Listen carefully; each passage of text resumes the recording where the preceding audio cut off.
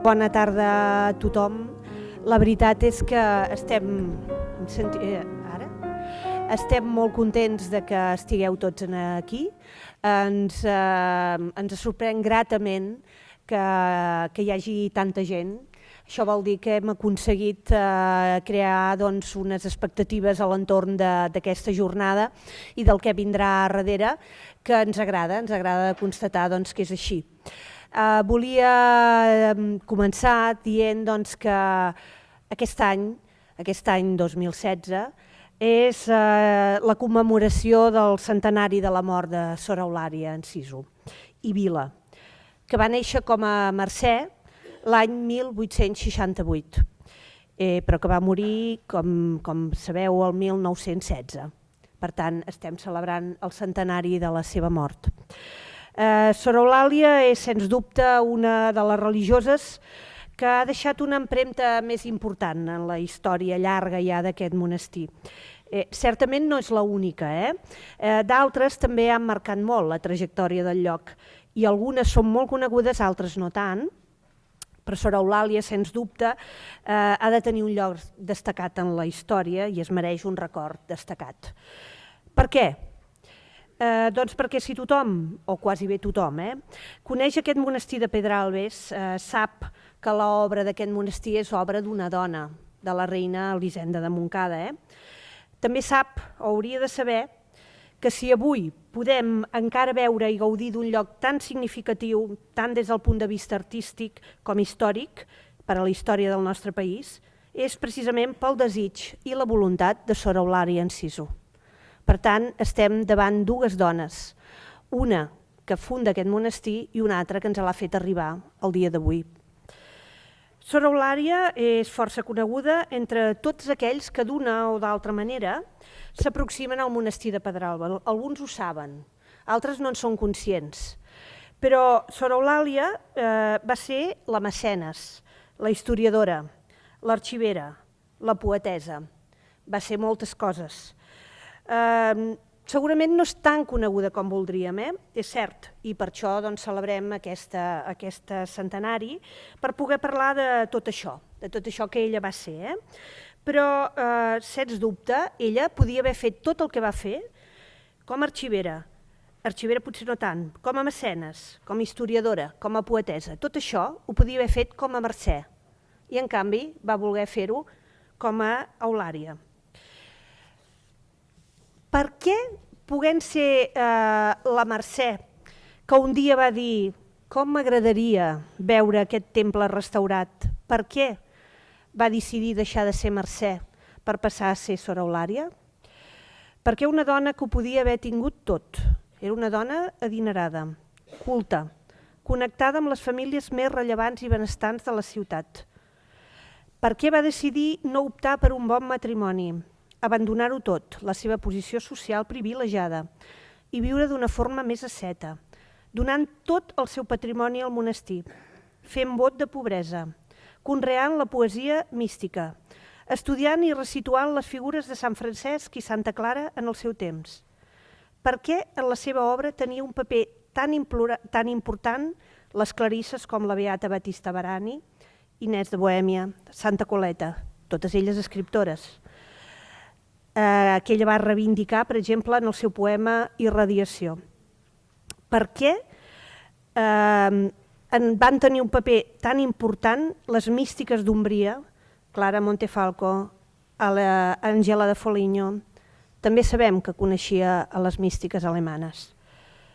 Abans d'inaugurar l'exposició sobre les diferents facetes que va cultivar Sor Eulàlia, que inaugurarem aquest proper dilluns a les 19 hores, sí que ens agradaria molt que tots vostès hi poguessin assistir, si vostès volen i poden, voldríem tractar la figura de Sor Eulàlia, com dic, en tant que religiosa. Perquè ella, com us he dit, podia haver estat la Mercè i va decidir ser l'Eulàlia. Voldríem donar les gràcies a tots els ponents que avui vindran, que són ponents de molta categoria i que tractaran des del mirall que tenia Sor Eulàlia, que són aquestes místiques alemanes, amb les que ella s'hi veia reflectida. Per tant, hem de donar les gràcies a la professora Victòria Cerlot, que serà la primera que farà la conferència. A continuació tindrem el professor Ricard Torrents, que ens parlarà sobre el moment en què Sor Eulàlia va decidir fer el pas i entrar al monestir. I després hi haurà una taula rodona que estarà moderada per la professora Laia Daumada i que ja en parlarem a la segona meitat. He de dir que també voldria donar les gràcies abans de començar a l'editorial Fragmenta, que ens ha muntat aquest acte i que ha col·laborat amb nosaltres ja una vegada més, com ja ha fet altres vegades. L'Ignasi Moret, després el tindrem a aquesta taula, que farà una breu presentació dels ponents. Abans de començar, voldríem passar-vos a un audiovisual.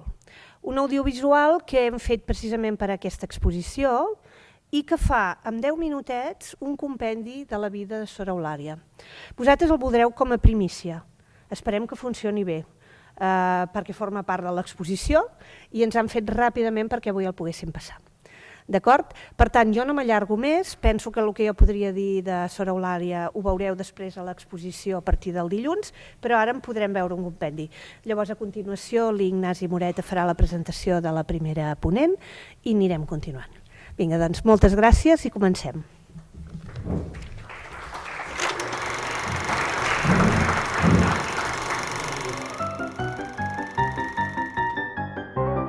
El 1868, Barcelona era una ciutat en ple creixement demogràfic i econòmic. La potent industrialització provocava canvis a una velocitat prodigiosa. Creixien els conflictes socials i alhora una classe emergia, la burgesia.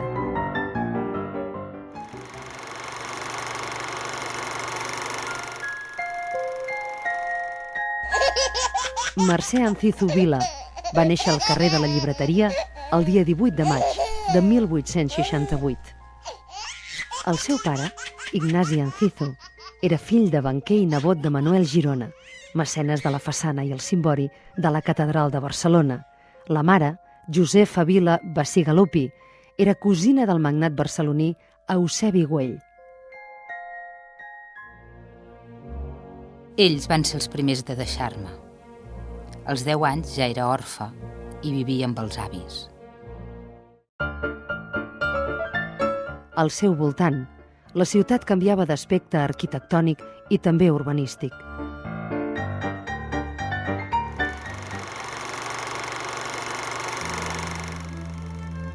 Els darrers avis van morir quan la Mercè tenia 15 anys. Va quedar sola, sota la custòdia d'un tutor legal, mossèn Matías Padró, i la protecció del seu oncle patern, Joan Ancizu. La proximitat amb la família del cosí Eusebi Güell i els marquesos de Comillas la va fer permeable a l'ambient cultural de l'època. Seduïda per aquest ambient cultural, va conèixer el gran poeta Jacint Verdaguer, l'activista de la Renaixença Jaume Collell i l'escriptor Ramon Picó, entre d'altres. Les noies soles i de bona posició de la seva època rebien el guiatge d'un director espiritual. El canonge Jaume Collell va exercir aquesta funció. A més, ell esdevindria el seu mentor per sempre més. Amb la meva cosina Isabel Güell ens férem inseparables. Ella va posar música a algun dels meus poemes, com ara El cant del sometent. Durant l'adolescència va començar a desenvolupar una gran passió per la literatura i per totes les manifestacions artístiques. Era una dona de lletres, culta i refinada.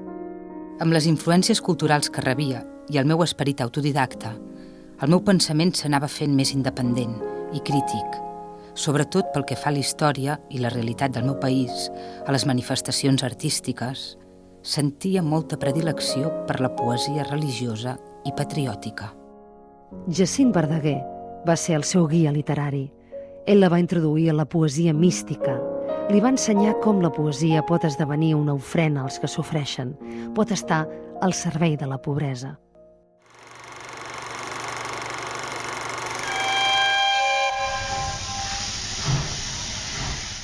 A començament de l'any 1888, un viatge va canviar la vida de Mercè Ancizu. Durant la meva adolescència i joventut vaig realitzar molts viatges, però quan tenia 19 anys, una estada a Itàlia va canviar la meva vida. El canonge Jaume Collell, director de la Veu de Montserrat, L'escriptor Martí Genís i Aguilar, la barcelonina Mercè Ancizu, el mallorquí Josep Maria Cirera i el biguetà Josep Genís van emprendre un viatge de 46 hores en tren fins a Roma. Cullell diria: Havent entès la Marceneta que jo anava a Roma com a delegat diocesà per les solemnes festes del jubileu sacerdotal del papa Lleó XIII, me demanà si jo la voldria en ma companyia. No és la primera vegada que Jaume Cullell visitava Roma amb missió catòlica, com a periodista, activista cultural de la Renaixença i delegat diocesà.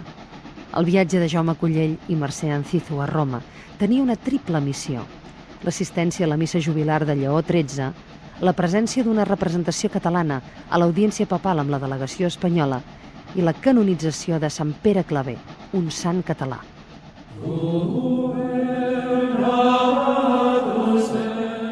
Durant l'audiència papal, el dia 7 de gener de 1888, Jaume Cullell lliuraria al pontífex un exemplar de Lo somni de Sant Joan, de Jacint Verdaguer. I en passar Lleó XIII davant la nostra colleta de catalans, se girà i tornà a la Marceneta, i aleshores mirant-la amb fixesa li posà ses dues mans sobre la testa i li digué: «Altra volta ti benedico». Baixàrem les marmòries escales del Vaticà sense dir ni paraula, ella plorant. Continuaren el viatge cap a la regió d'Úmbria i la ciutat d'Assís, que són, ja al segle XIX, punts capitals de l'itinerari turístic religiós. Sense que m'ho hagués demanat l'hauria portada a Loreto i Assís, puix pressentia que ella per aquelles terres no hi tornaria. Quan li vaig dir que aniríem a la ciutat bressol i sepulcre del sublim Poverello, florint sus llavis una mitja rialla d'espiritual alegria. Per a Ancizu, Itàlia va representar un viatge iniciàtic.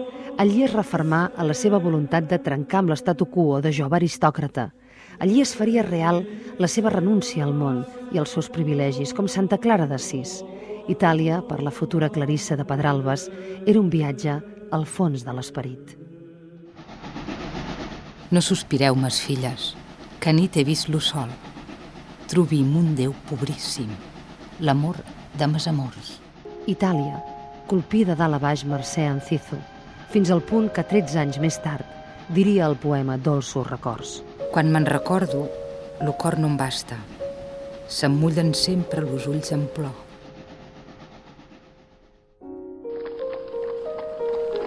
A la tornada de Barcelona ja res no seria igual.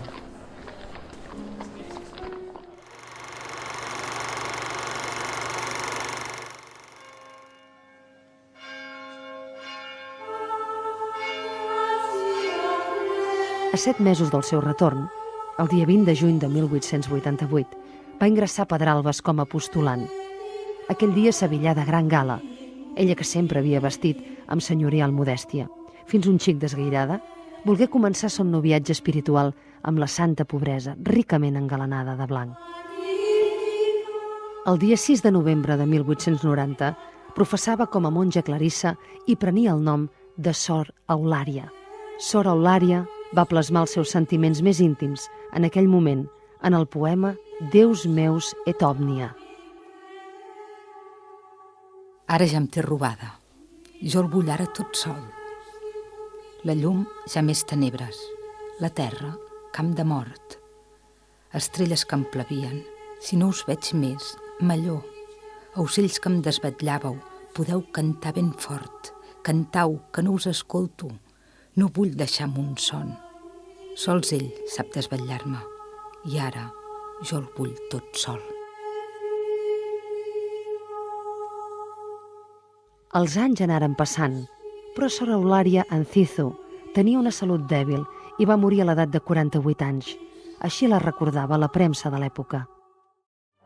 Es una gloria de las letras catalanas, inspirada poetisa, culta escritora, la Teresa catalana. Su nombre será siempre recordado en las páginas de la historia literaria. La seva companya, Sor Asunción Estrada, la recordava anys més tard així. Malgrat les seves fermes conviccions, Sor Eulària va passar per moments de foscor, de neguits i de dubtes, de nit espiritual, d'aquells moments que Sant Joan de la Creu anomenava la noche oscura de l'alma. talment com si Nostre Senyor es complagués en tenir-la en el laberint de l'obscuritat de l'esperit. És temps de sospirs i penes, lo temps més llarg i cruel, quan deixa l'ànima en dubte, quan dona i pren. Si un jorn sos ulls me somriuen, l'endemà no em vol dir res, i sabent com sap que em moro, lluny d'ell d'enyorança i fred, no em vol respondre si el crido, si el cerco s'amaga més, i un moment, si em dà esperança, tot de seguit me la pren. La tristesa interna que perseguia Sor Eulària reflectia tant en els seus poemes com en el seu rostre, un rostre venerable. Totes les hores que les seves tasques li permetien, se la podia trobar resant al tabernacle. La seva devoció la feia ser caritativa i cuidadosa de les seves germanes malaltes, mostrant un caràcter pacífic i serè. La seva humilitat era tal que no volia lloances. Ara bé, la seva opinió fonamentada i una aguda intel·ligència la van convertir en una gran consellera per la comunitat. Pocs dies abans de morir, la seva cosina, Isabel Güell i López, va poder visitar-la i recordant els anys d'infantesa plegades, Sor Eulària li va dir: Recordes aquelles carreres per l'avinguda dels Til·lers de la Torre de Pedralba per veure qui arribava primer al final? Doncs, ja veus que us guanyo i arribo jo primer al final. Sor Eulària solia dir que demanava sempre a Déu que li mantingués la puresa dels 12 anys. Diuen les germanes que la van acompanyar en els darrers instants que la seva mirada reflectia la tendresa d'una nena de 12 anys. No em feu frisar, vida mia, no em feu plorar amb un amor, coronau-me prompte, prompte, si no em moro de tristor. Dau-me corona d'espines, no me la doneu pas d'or, jo vull la que vos portàveu per saber vostre dolor. Si faria, que fereixi, però ho tinc ja ferit lo cor.